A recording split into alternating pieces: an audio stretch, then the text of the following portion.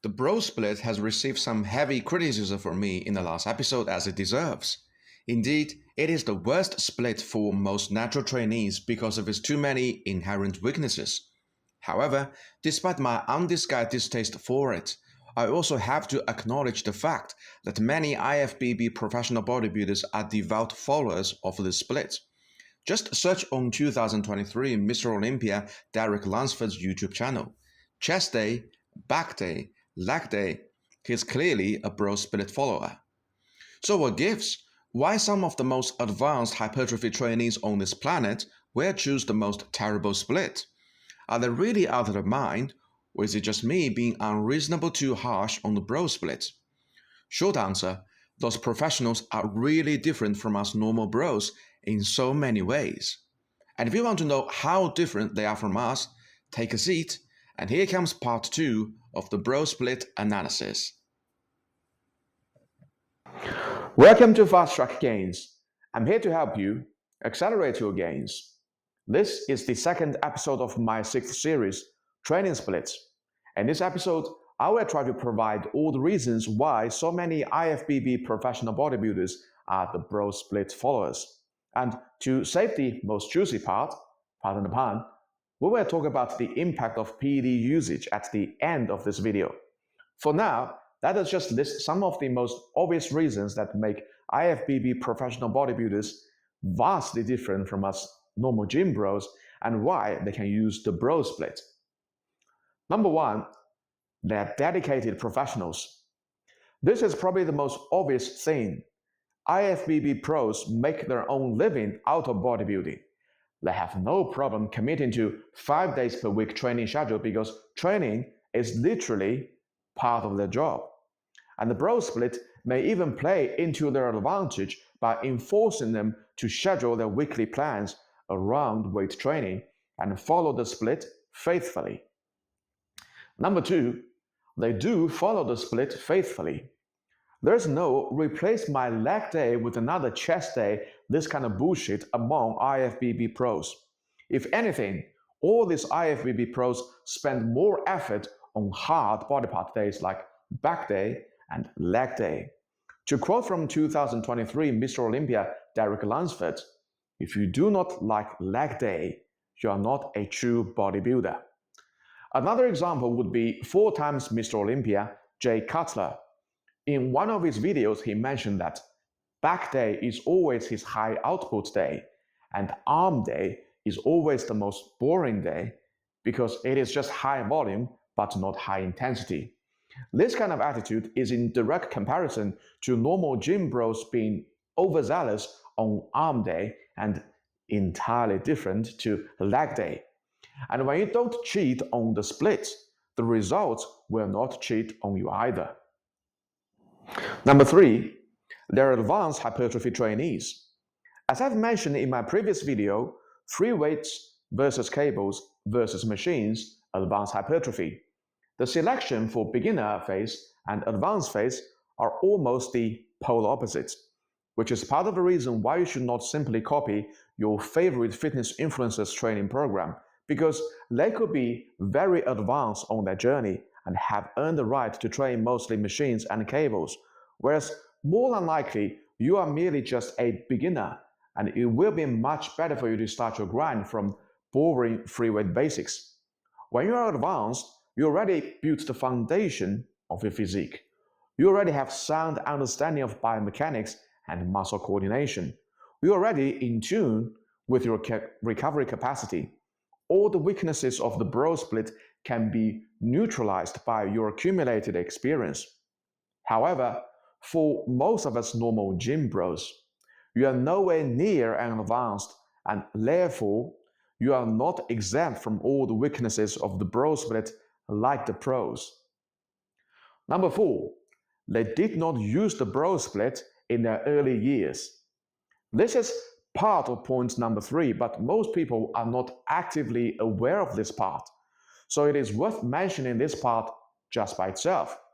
If you watch some of Arnold Schwarzenegger's documentaries, you will find that Arnold certainly did not use the bro split in his early years. His training style was more of a total body or upper and lower split style. And that is the case for most IFBB pros. They did not use the bro split for the majority of their time before they turned the pro. It is only once they turned the pro. Then they started to use the bro split to polish their physiques. What they're doing now is not what got them there. And what we normal gym bros should be paying attention to is what got them there.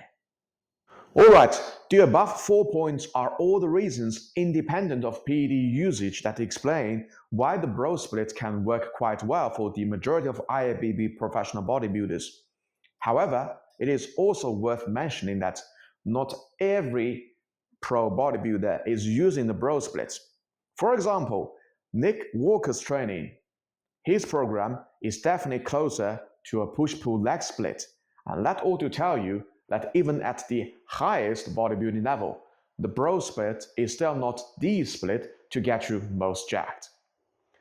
Now for the juicy part, the PED usage and influence on the bro split.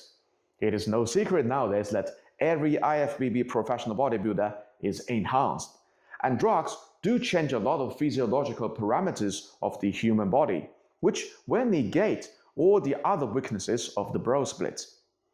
Number one, too high volume on a particular day. As PEDs can significantly increase your endurance and recovery, you can train longer and harder on the same day.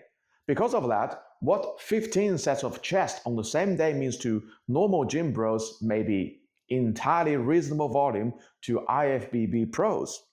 They may even raise the sets to 25 or even 30 sets in one session. Number two, too low frequency for muscle growth stimulation. The bulk of PEDs are also called anabolic steroids. By the very name, those drugs are going to put your body into anabolic state and elevate your muscle protein synthesis 24/7. Because of that, once a week stimulation is enough frequency for most IFBB pros, which works perfectly on a bro split. Number three, serious violation against volume modifiers. This is probably the most important point that no one has ever talked about on the whole internet. What people keep looking at are the strength and recovery edge that PEDs confer on the enhanced lifters, which definitely are huge advantages that natural lifters will consider when they're comparing their training program to the enhanced. And normally, they will not fall to this trap. However, what people fail to recognize is that with the usage of PEDs, there is one reverse of muscle imbalance that allows enhanced lifters to get away with seriously violating the volume modifiers and yet still not receiving the punishment like natural lifters. And unfortunately, too many natural lifters have fallen into this trap. And the key to this trap is literally your traps. As the muscle trapezius is the muscle that has the most androgen receptors of the whole body. When you start enhancing yourself, your traps will become super big and super strong even without direct training, because it receives an unfair advantage from anabolic steroids. And as a key function of traps is to maintain the shoulder stability, this will directly reverse the muscle imbalance that your back muscle is weaker than your anterior muscles and make your back muscles much stronger than your chest, even without training, which allows you to significantly increase your pushing volume and get away with the recommended 3:1 pull to push ratio and even distort the ratio to 2:1 push to pull ratio as per the bro split and still maintain your shoulder health. Now, this is a 6 times difference. The super enhanced traps may be the biggest discrepancy created by PEDs, definitely bigger than the recovery or the strength discrepancy between enhanced and the naturals. And yet, it never even got mentioned before, which is somewhat a mystery to me. This point itself may be the reason why IFBB pros can use the bro splits, because the PEDs have created a completely opposite muscle imbalance. And IFBB pros are using the bro split to restore the balance in a completely opposite way. But on another note, PEDs have not reversed the muscle imbalance between the hamstrings and the quadriceps because neither of these two muscle groups have high density of androgen receptors. And when IFBB pros are training their legs, the bulk of the volume is still distributed to their quads, which means they are violating the 2-to-1 hamstring to quadriceps ratio just like as normal gym bros. And guess what? A lot of them are suffering from knee pains just like us. So you see, PEDs will allow you to violate the 3-to-1 pull to push ratio, but you still have to abide by the 2-to-1 hamstring to quadriceps ratio just like normal bros. Alright, I hope this video has made you normal bros realize just how those true bros, IFBB professional bodybuilders, are really different from us. Yes, the PED usage does play a huge part. You can even argue the most critical part in why IFBB pros can execute a bro split despite its so many inherent weaknesses. However, it is equally important to realize that PED usage is not the only reason why they're using the bro splits. Their own circumstances, their training experience, and their training requirements are also more in alignment with the bro split's purpose. And that's why this split is so many IFBB pros' choice. That's it, guys. Please like this video and subscribe to my channel. In the next episode, I will provide my analysis of push-pull legs and upper and lower splits, which I call them the twin splits. Stay tuned and I will see you all in the next video. Peace out.